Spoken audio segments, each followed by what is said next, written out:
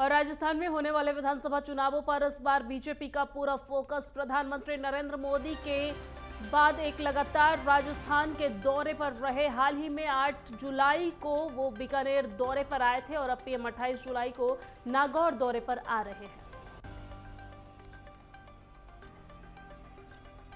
नागौर के खरनाल स्थित तेजाजी धाम पर प्रधानमंत्री मोदी की सभा होगी और इस दौरान वो किसान सम्मान निधि की राशि किसानों के खाते में ट्रांसफर करेंगे।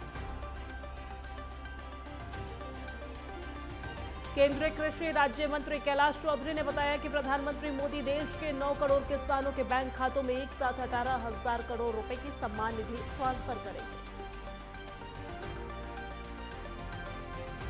प्रधानमंत्री मोदी पिछले 9 महीने में 8वीं बार राजस्थान के दौरे पर आ रहे हैं। गत 30 सितंबर 2022 को पीएम मोदी आबू रोड और सिरोही जिले के दौरे पर आए थे। करीब 1 महीने बाद ही वो 1 नवंबर को बांसवाड़ा जिले के मानगढ़ धाम पर एक जनसभा को संबोधित करने आए थे। लगातार हो रही मानसून की बारिश के लोगों को गर्मी से राहत तो मिली है, लेकिन कुछ इलाकों में इन बारिशों की वजह से तबाही मची हुई है। हिमाचल प्रदेश, उत्तराखंड, पश्चिम यूपी और पूर्वोत्तर राज्यों में बाढ़ और भूस्खलन के कारण लोगों की रोजमर्रा की जिंदगी पर काफी असर पड़ा है। मौसम विभाग ने उत्तर प्रदेश, उत्तराखंड, हिमाचल प्रदेश, पूर्वी राजस्थान, महाराष्ट्र, एमपी, पूर्वोत्तर राज्यों के अलावा कुछ दक्षिण राज्यों में भारी बारिश की आशंका जताई है। उधर दिल्ली एनसीआर में भी बादल छाए रहेंगे, रुक रुक कर बारिश होने की संभावना है। हिमाचल प्रदेश में बारिश के कारण मरने वालों का आंकड़ा 99 पहुंच गया है। लोगों को सुरक्षित स्थानों पर पहुंचाने का काम जारी है और इसी बीच मौसम विभाग ने भारी बारिश को लेकर अलर्ट भी जारी कर दिया है। उत्तराखंड में भी स्थिति ऐसी ही बनी हुई है। आईएमडी के मुताबिक हिमाचल और उत्तराखंड के अलावा पश्चिमी मध्य प्रदेश, नागालैंड, मणिपुर, ओडिशा, झारखंड और यूपी समेत कई इलाकों में भारी बारिश का अनुमान जताया है। शनिवार शाम को दिल्ली में तेज बारिश हुई है। 3 घंटे में 11 मिली बारिश हुई है। आईएमडी के मुताबिक 16 जुलाई को दिल्ली में हल्की से मध्यम बारिश होने की संभावना जताई गई है। बारिश और यमुना नदी का वाटर लेवल बढ़ने से दिल्ली एनसीआर समेत पूरे यूपी और हरियाणा के कई इलाके प्रभावित हुए हैं। वाटर लेवल बढ़ने की वजह से दिल्ली की कई पॉश कॉलोनियों तक बाढ़ से तालाब बनी हुई है। हालांकि अब यमुना नदी में पानी कम होने लगा है, लेकिन जलस्तर अभी भी खतरे के निशान से ऊपर है। दिल्ली में 2 दिन धूप निकलने के बाद शनिवार को फिर से बारिश हुई है। मौसम विभाग ने आने वाले दिनों में भी वहां बादल छाए रहने और रुक रुक कर बारिश होने की आशंका जताई है। बागेश्वर में जंगली मशरूम खाने से एक ही परिवार के 5 लोगों की तबीयत बिगड़ी। स्थिति को देखते हुए जिला अस्पताल में मरीजों को भर्ती कराया गया। सभी का उपचार किया जा रहा है। अभी सभी की स्थिति हालात सामान्य बताई जा रही है।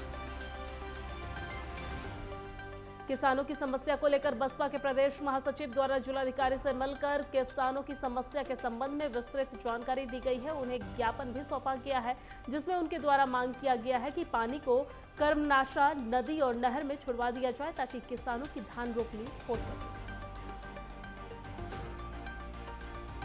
जम्मू कश्मीर के उपराज्यपाल मनोज सिन्हा ने शनिवार को विपक्षी राजनेताओं पर यह दावा करने के लिए निशाना साधा और कहा कि भूमिहीन लोगों को जमीन देने की आड़ में बाहरी लोगों को केंद्र शासित प्रदेशों में बसाया जाएगा। सिन्हा ने कहा कि क्या बारामूला और जिले में PMAY के तहत एक भी पात्र लाभार्थी बाहर से आया है? लोगों को गुमराह करने वालों को यह आदत छोड़ देनी चाहिए।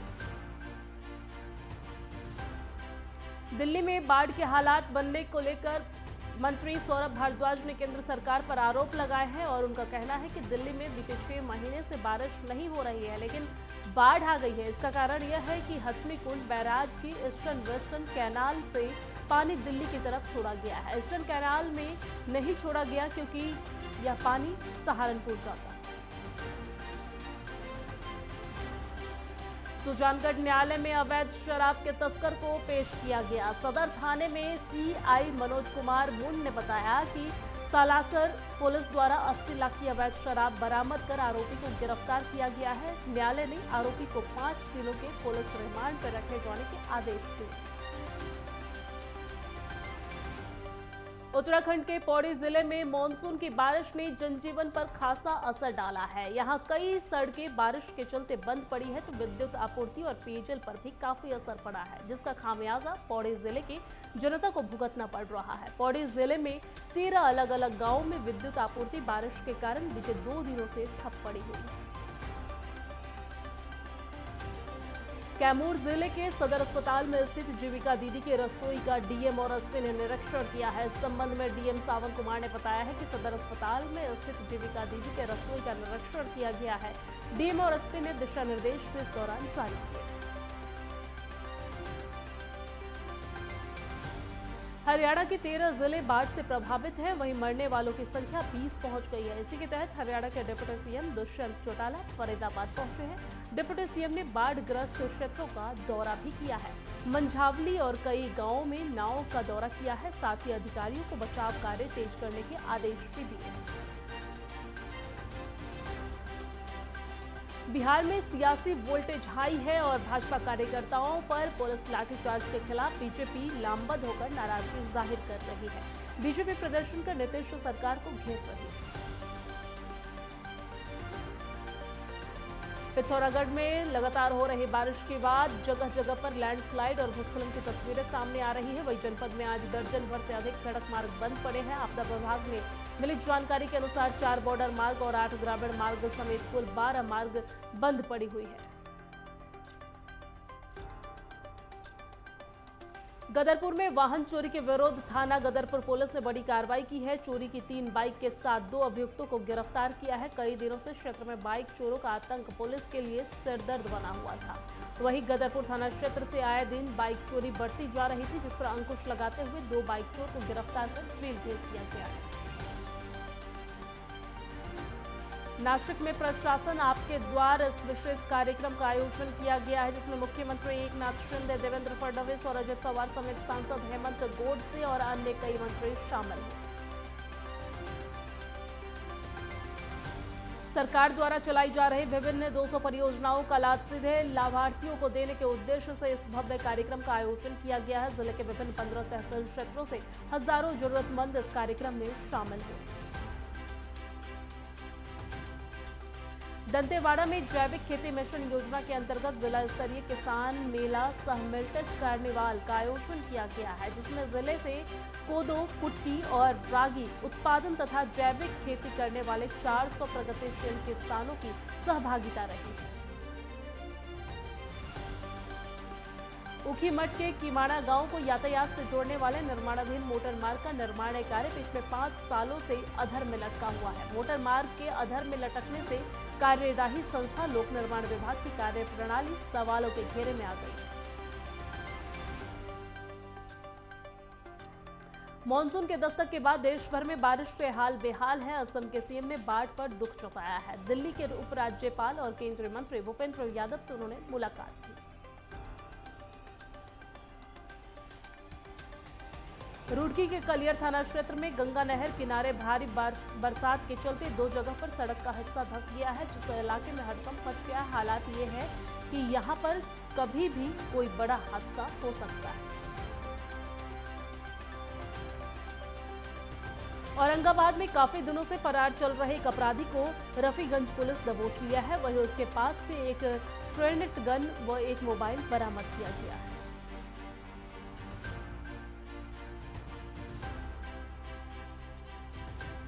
बालाघाट के शासकीय माध्यमिक स्कूल मगरदर्रा के लिए 11 बच्चे अचानक बीमार हो गए और जिला चिकित्सालय में भर्ती कराया गया है उन्हें, जिनमें 2 बालिकाएं सांस लेने में तकलीफ होने पर उन्हें आईसीयू में रखा गया है और इस मामले से हड़कंप की स्थिति बनी हुई है। बताया जा रहा है कि ये सभी बच्चे स्कूल गए हुए थे, अचानक एक के बाद एक बच्चे बीमार हो गए।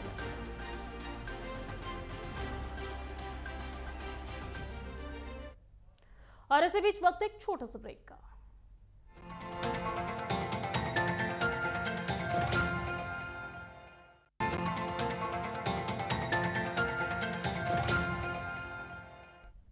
ब्रेक के बाद स्वागत है आप सभी का। आगे बढ़ते हैं। यमुना के जलस्तर बढ़ने से नोएडा और दिल्ली में बाढ़ जैसी हालात, पीड़ितों के बीच राजनेताओं का दौर जारी। आप नेता सोमनाथ भारती और दिलीप पांडे ने दिल्ली के आईटीबीपी क्षेत्रों में बाढ़ पीड़ितों को भोजन वितरित किया। जुम्मा नाले में सोमवार को पानी का जलस्तर बढ़ने से के बाद भारत चीन सीमा को जोड़ने वाला एकमात्र पुल बह गया था, जिसके बाद अब मलारी हाईवे पर जुम्मा नाले में बीआरओ के द्वारा ह्यूम पाइप को बिछा दिया गया है। सोमवार को जोशीमठ मलारी मार्ग पर जुम्मा में मोटर पुल ग्लेशियर के टूटने के कारण बह गया था और ह्यूम पाइप के माध्यम से उस स्थान पर वाहनों के आवागमन हेतु अस्थायी पुल का निर्माण कर दिया गया है। वहीं अब यातायात सुचारू रूप से जारी है। चिराग शिवहरे हत्याकांड में पुलिस को एक और सफलता मिली है। पुलिस ने इस हत्याकांड में शामिल आरोपी ऑस्ट्रिया मृतक की कथित गर्लफ्रेंड को गिरफ्तार कर लिया है और इसके साथ ही हत्याकांड के मुख्य आरोपी की निशानदेही पर पुलिस ने मृतक का मोबाइल, गाड़ी और हथियार भी बरामद किए। पुलिस ने एक स्कॉर्पियो से 624 बोतल अंग्रेजी शराब के साथ कांवड़ियों के वेश में 2 शराब तस्कर को गिरफ्तार किया है। गिरफ्तार कारोबारी की पहचान बरौनी थाना क्षेत्र के राजकुमार फुलवरिया, थाना क्षेत्र के सोनू कुमार के रूप में की गई है। जबकि गए स्कॉर्पियो के आगे बोलबम का झंडा लगाकर शराब कारोबारी कांवड़िया की वेश के आड़ में शराब की तस्करी कर रहे थे।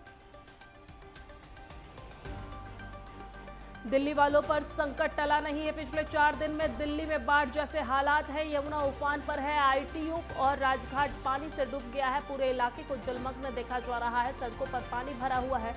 सुप्रीम कोर्ट के करीब तक यमुना का पानी पहुंच गया है। दिल्ली अग्निशमन सेवा ने इस पर कार्रवाई करते हुए राहत बचाव कार्य जारी किए।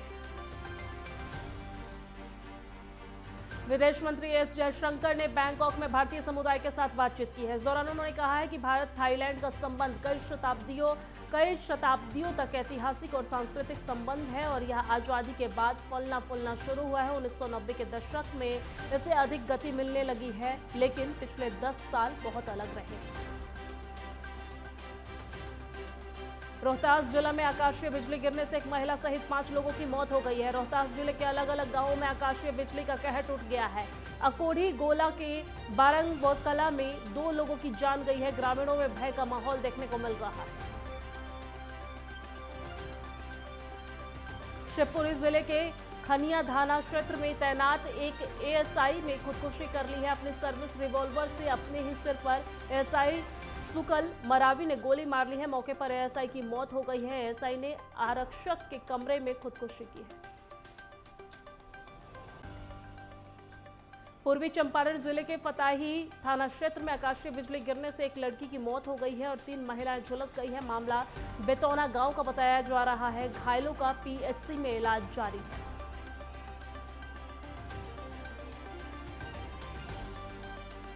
अररिया के 0 माइल के समीप पानी के तेज बहाव में एक डायवर्जन बह गया है, जिसके कारण अररिया सिलीगुड़ी मुख्य मार्ग पूरी तरह से बाधित हो गया है। वहीं गाड़ियों की आवाजाही पर भी रोक लगा दी गई है। पिछले 3-4 दिनों में बारिश की वजह से लगातार ऐसी स्थिति देखने को मिल रही है। भारी बारिश के कारण हर ओर तबाही का मंजर है। जल प्रलय से आम जनजीवन पूरी तरह से अस्त व्यस्त है। मथुरा की सड़कें भी जलमग्न हो चुकी है। शहर में जलभराव से लोगों को भारी असुविधा का सामना करना पड़ रहा है। पूरा देश मानसून की भारी बारिश के कहर से जूझ रहा है। तमाम नदी नाले उफान पर है। असम में भी हालात खराब है। ब्रह्मपुत्र नदी का जलस्तर भी बढ़ गया है और ऐसे में प्रशासन लोगों से अपील कर रहा है कि नदी मुहाने न जाए और एहतियात बरतें। पहाड़ से लेकर मैदान तक लगातार हो रही बारिश ने पश्चिमी उत्तर प्रदेश में भी कहर बरपा रखा है। मेरठ के हिस्तनापुर में गंगा नदी में पानी खतरे के निशान से ऊपर बह रही है। हिस्तनापुर में बाढ़ के कहर की तस्वीरें डरा रही है। हिस्तनापुर के 15 गांव बाढ़ की चपेट में आकर जलमग्न हो गए।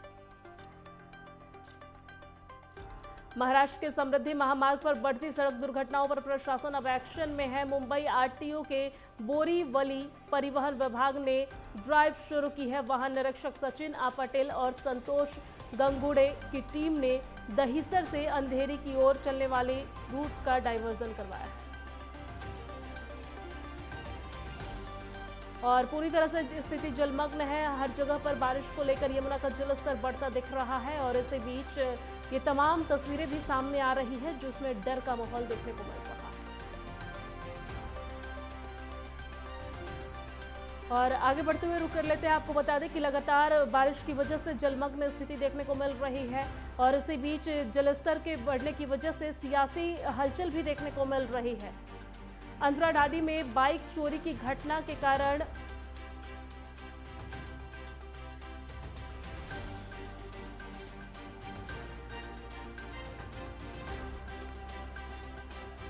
और इसी बीच वक्त एक छोटा सा ब्रेक का।